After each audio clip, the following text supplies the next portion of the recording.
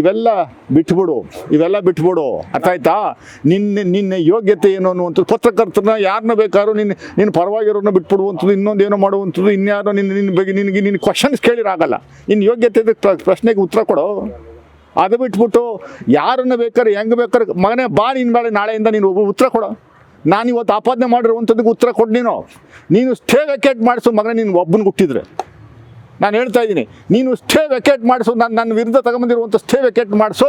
ನೀನು ಯೋಗ್ಯತೆ ಏನು ಅನ್ನುವಂಥದ್ದನ್ನ ಎಪಿಸೋಡ್ ಮೂಲಕ 18 ಎಪಿಸೋಡ್ ಆಗ್ತದೆ ನನ್ನ ಹತ್ರ ಇರುವಂಥ ಡಾಕ್ಯುಮೆಂಟ್ಸ್ಗಳು ಬಿಡ್ತೀನಿ ನಿನಗೆ ಮಗನೇ. ಅದನ್ನು ಹೇಳಿದ್ರೆ ನೀನು ನಮ್ಮ ಮನೆಯವ್ರ ನನ್ನ ಮಗಳ ಬಗ್ಗೆ ಮಾತಾಡ್ತೀಯ ನನ್ನ ಮಗನೇ ನೀನು.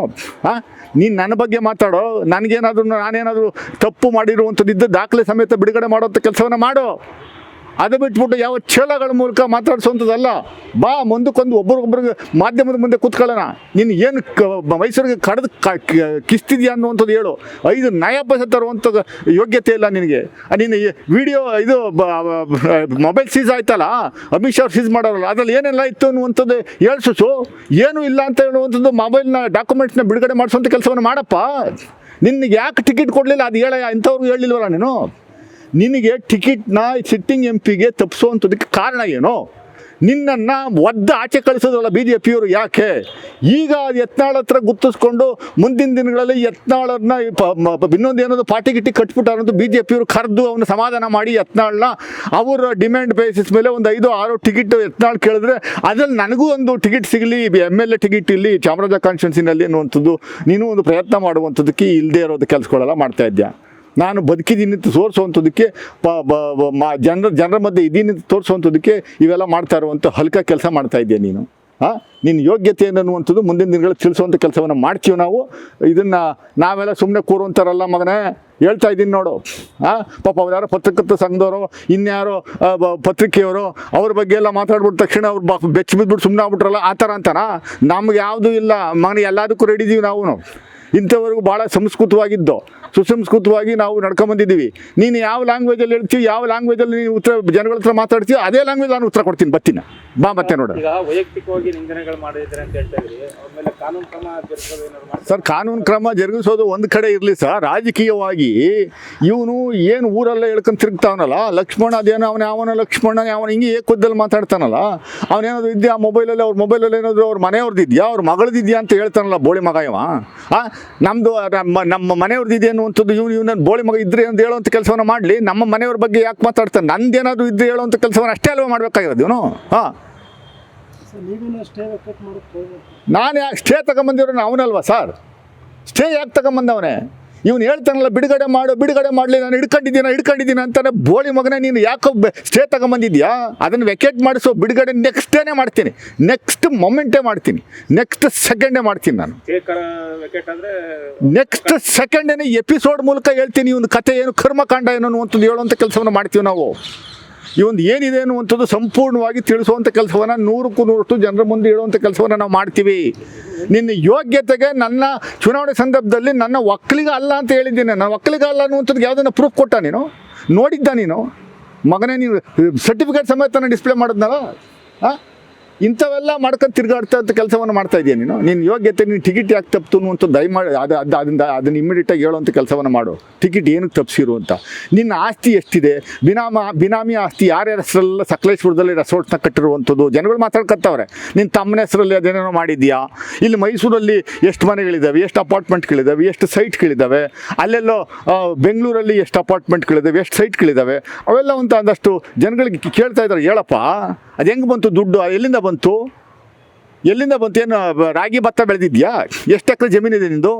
ನೀನೇನು ಹಿಂದೆ ಏನಲ್ಲಿದ್ದೇನೆ? ನೀನು ಒಬ್ಬ ಫ್ರೀಲ್ಯಾನ್ಸ್ ಪತ್ರಕರ್ತ ಅಲ್ವಾ? ನಿನ್ನ ಬೆಳೆಸಿದ್ದ ಗುರುನೇ ಬಿಟ್ಟಾಕ್ಬಿಟ್ಟಪ್ಪ ನೀನು. ನೀನು ಟಿಕೆಟ್ ಕೊಟ್ಟ ಗುರು ವಿರುದ್ಧನೇ ತಿರುಗಿ ಬಿದ್ದೆ. BL ಸಂತೋಷ್ ವಿರುದ್ಧನೇ ತಿರುಗಿ ಬಿದ್ದೆ ನೀನು. BL ಸಂತೋಷ್ ಬಿಟ್ಟಾರ? ಚಿಕ್ಕದು ಒದ್ದು ನಿನಗೆ ಆಚೆ ಕಳಿಸಿರು ಟಿಕೆಟ್ ಇಲ್ದೇನೆ. ಅದರಿಂದ ನೀನು ಬಾ, ಇವತ್ತಿಂದ ಶುರು ಆಗುತ್ತೆ, ನೋಡೋಣ. ನಾನು ಅನ್ನುವಂಥದ್ದು ನೋಡೇ ಬಿಡೋಣ. ನಾವು ಫೀಲ್ಡಲ್ಲಿದ್ದೀವಿ. ನೀನು ಯಾವ ಲ್ಯಾಂಗ್ವೇಜಲ್ಲಿ ಮಾತಾಡ್ತೀವೋ ಅದೇ ಲ್ಯಾಂಗ್ವೇಜ್ ನಾನು ಮಾತಾಡ್ತೀನಿ. ಪ್ರಚೋದನೆ ಮಾಡಲಿ ಸರ್. ಬಾಯಿಗೆ ಬಂದಂಗೆಲ್ಲ ಸಿದ್ದರಾಮಯ್ಯನವ್ರನ್ನ ಬೈತಾನೆ, DK ಶಿವಕುಮಾರ್ನ ಬೈತಾನೆ. ಈ ಮಗ ಇವ ಹೇಳ್ತಾನೆ ಯಾವುದೋ ಒಂದು ಇದರಲ್ಲಿ ಡಿಬೇಟಲ್ಲಿ, TV ಡಿಬೇಟಲ್ಲಿ DK ಶಿವಕುಮಾರ್ ಇವನಿಗೆ ಫೋನ್ ಮಾಡಿದ್ರಂತೆ, ಟಿಕೆಟ್ ಕೊಡ್ತೀನಿ ಬಾ ಅಂತ. ನೀನು ಏನಾದರೂ ಆ ಥರದ ಯಾವುದೋ ಒಂದು ಡಾಕ್ಯುಮೆಂಟ್ ಇದ್ದರೆ ಬಿಡುಗಡೆ ಮಾಡೋಣ ನೋಡೋಣ. ಡಿ ಕೆ ಶಿವಕುಮಾರ್ ಅವ್ರ ಮನೆ ಮುಂದುಗಡೆ 3 hours ಕಾಯ್ದಿದ್ದೀಯ ನೀನು ಅವ್ರ ಅಪಾಯಿಂಟ್ಮೆಂಟ್ಗೆ, ಅದು ಸೇರಿಸಿಲ್ಲ ನಿನ್ನ ಅವರು. ನಾನೇ ಹೇಳಿದ್ದೀನಿ ಪತ್ರಿಕಾಗೋಷ್ಠಿನಲ್ಲಿ, ಡಿ ಕೆ ಶಿವಕುಮಾರ್ನ ಭೇಟಿ ಮಾಡುವಂಥದ್ದಕ್ಕೆ ಅವ್ರನ್ನ ಕಾಲು ಹಿಡ್ಕೊಳ್ಳೋಕ್ಕೋಸ್ಕರ ನೀನು 3 hours ಕಾಯ್ದಿದ್ದೀಯ ಅವ್ರ ಮನೇಲಿ, ಹತ್ರ ಸೇರಿಸಿಲ್ಲ ಅವರು. ನೀನು ಅವರು ಇವನು ಏನು ಬಹಳ ಇವನು ಬಿಟ್ಟರೆ ನಮ್ಮ ಕಾಂಗ್ರೆಸ್ ಪಕ್ಷದಲ್ಲಿ ಯಾರೂ ಇಲ್ವಾ ಅನ್ನೋಂಥ ರೀತಿಯಲ್ಲಿ ಇವನಿಗೆ ಫೋನ್ ಮಾಡಿ ಕರೆದಿದ್ದಾರಂತೆ, ಟಿಕೆಟ್ ತಪ್ಪಿದ ಮೇಲೆ ಕಾಂಗ್ರೆಸ್ಸಿಂದ ಟಿಕೆಟ್ ಕೊಡ್ತೀವಿ ಅಂತ. ಇವ ದೊಡ್ಡ ಇವನ್ನ ಕರೆದಿದ್ದಾರಂತೆ. ದಿನ ಬೆಳಗ್ಗೆ ಎದ್ದರೆ ಮುಸ್ಲಿಮ್ಸ್ ವಿರುದ್ಧ ತಿರುಗಿ ಬೀಳುವುದು, ದಲಿತರ ಬಗ್ಗೆ ಮಾತಾಡುವಂಥದ್ದು, ಹಿಂದುಳಿದ ವರ್ಗದವ್ರ ಬಗ್ಗೆ ಮಾತಾಡುವಂಥದ್ದು, ಬಾನು ಮುಸ್ತಾಕ್ ಬಗ್ಗೆ ಮಾತಾಡುವಂಥದ್ದು, ಕಿಡಿ ಒತ್ಸುವಂಥ ಕೆಲಸ ಬಿಟ್ಟರೆ ಬೇರೆ ಏನೂ ಇಲ್ಲ. ಇನ್ನು ಮೇಲೆ ನಮ್ಮ ಕಾರ್ಯಕರ್ತರಿಗೆ ಏನು ಹೇಳಬೇಕು ಅದು ಹೇಳ್ತೀವಿ, ಅಟ್ಟಾಡ್ಸ್ಕೊಂಡು ಹೊಡ್ರಿ ನಿಮ್ಮ ಮಗನಿಗೆ ಇವನಿಗೆ ಅಂತ ಹೇಳುವಂಥ ಕೆಲಸವನ್ನು ಮಾಡಬೇಕಾಗುತ್ತೆ ನಾವು. ಬರೀ ಬಾತಲ್ಲಿ ಹೇಳಕ್ಕೆ ಹೋಗಬಾರ್ದು, ಸುಮ್ಮನೆ ಇದು ಭಾಳ ತಾಳ್ಮೆಯಿಂದ ಕಾಯ್ತಾ ಇದ್ದೀವಿ ನಾವು. ಇನ್ನು ಮೇಲೆ ಅಟ್ಟಾಡ್ಸ್ಕೊಂಡು ಹೊಡ್ರಿ ಮಕ್ಳಿಗೆ ಇವ್ರಿಗೆ ಅಂತ ಹೇಳ್ತೀವಿ. ಅದೇನು ಬರುತ್ತೆ ನೋಡೇ ಬಿಡೋಣ. ಅಲ್ಲ ಸರ್, ಎಲ್ಲ ಪಟ್ಟಿಯನ್ನು ಮಾಡಿದ್ದೀವಿ. ಕೋರ್ಟ್ ಸ್ಟೇನ ತಂದ ತಕ್ಷಣ ಫಸ್ಟು ಜನಸಾಮಾನ್ಯರಿಗೆ ತಿಳಿಸುವಂಥ ಕೆಲಸವನ್ನು ಮಾಡ್ತೀವಿ. ಇವನ ಆಸ್ತಿ ಹೆಂಗೆ ಮಾಡ್ದ ಅಂತ ಅನ್ನುವಂಥದ್ದು ದಯಮಾಡಿ ಹೇಳಲಿ. ಬಿನಾಮಿ ಹೆಸರಲ್ಲಿ ಯಾರ ಹೆಸರಲ್ಲಿ ಆಸ್ತಿ ಇದೆ ಅನ್ನುವಂಥದ್ದು ಹೇಳಲಿ. ಇವನು ಹೇಳಿದ್ರೆ ನಾವೇ ಬಿಡ್ತೀವಿ, ಒಂದೊಂದೇ ಬಿಡ್ತೀವಿ. ಎಲ್ಲದಕ್ಕೂ ಸ್ಟೇ ತಗೊಂಬಂದವನಲ್ಲ, ನಾನು ಮಾತೇ ಆಡಬಾರ್ದು ಅಂತ ಸ್ಟೇ ತಗೊಂಬಂದವನಲ್ಲ. ಇವನು ಮಾತ್ರ ಎಲ್ಲರ ಬಗ್ಗೆನೂ ಮಾತಾಡ್ಬೋದಾ? ಎಲ್ಲರ ಬಗ್ಗೆನೂ ಮಾತಾಡ್ಬೋದು ಸ್ವಾಮಿ.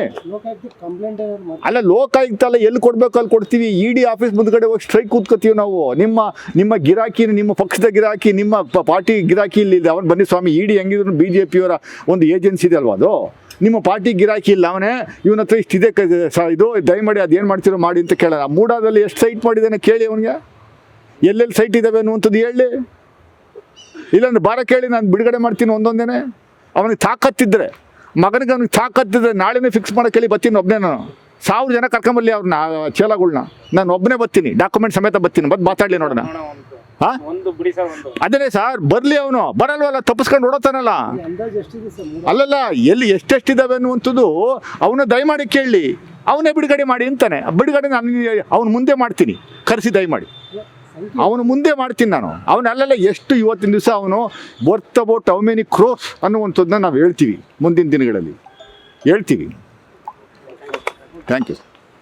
ಬಂತು, ಯಾರ್ಯಾರಿಗೆ ಬ್ಲಾಕ್ ಮೇಲ್ ಮಾಡಿದ್ದಿ, ಯಾರ್ಯಾರಿಗೆ ತಲೆ ಹಿಡಿದಿದ್ಯಾ ನೀನು ಅನ್ನುವಂಥದ್ದು ಜನಗಳು ಕೇಳ್ತಾವ್ರೆ. ಅದಕ್ಕೆ ಉತ್ತರವನ್ನು ಕೊಡುವಂಥ ಕೆಲಸವನ್ನು ಮಾಡು.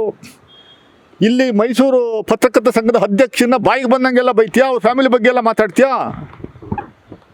ನೀನು ಹತಾಶನಾಗಿದ್ದೀಯಾ. ಟಿಕೆಟ್ ಸಿಕ್ಕದೇ ಇದ್ದ ಮೇಲೆ ಹುಚ್ಚನಾಗ್ಬಿಟ್ಟಿದ್ಯಾ ನೀನು. ಹುಚ್ಚನಾಗಿ ಕಚ್ಚೋ ಥರ ಎಲ್ಲರನ್ನೂ ಕಚ್ಚುವಂಥ ಕೆಲಸವನ್ನು ಮಾಡ್ತಾಯಿದ್ದೆ. ನಿನ್ನ ಯೋಗ್ಯತೆಗೆ ನಿಮ್ಮ ಪಾರ್ಟಿ ಆಫೀಸಲ್ಲಿ ಒಂದು ಪ್ರೆಸ್ ಮೀಟ್ ಮಾಡುವಂಥದ್ದಕ್ಕೆ ಯೋಗ್ಯತೆ ಇಲ್ಲ ನಿನಗೆ. ಪಾರ್ಟಿ ಆಫೀಸ್ ಬೀಗನೇ ತಕ್ಕೊಡಲ್ಲ ನಿನಗೆ.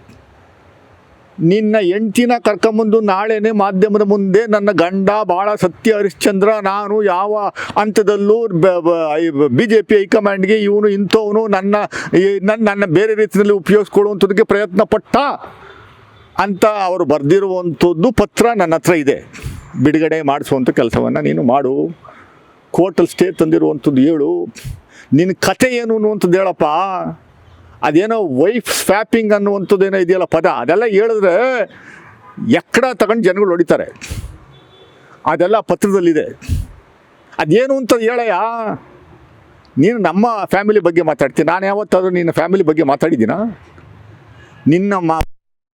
ನಾನು ಯಾವತ್ತು ಮಾತಾಡಿದ್ದೀನ? ಪಾಪ ಆ ಹೆಣ್ಣು ಮಗಳ ಬಗ್ಗೆ ನಾವು ಮಾತಾಡಲ್ಲ, ಅವ್ರ ಹೆಂಡತಿ ಬಗ್ಗೆ ಮಾತಾಡಲ್ಲ. ನನಗೆ ತಂಗಿ ಸಮಾನ.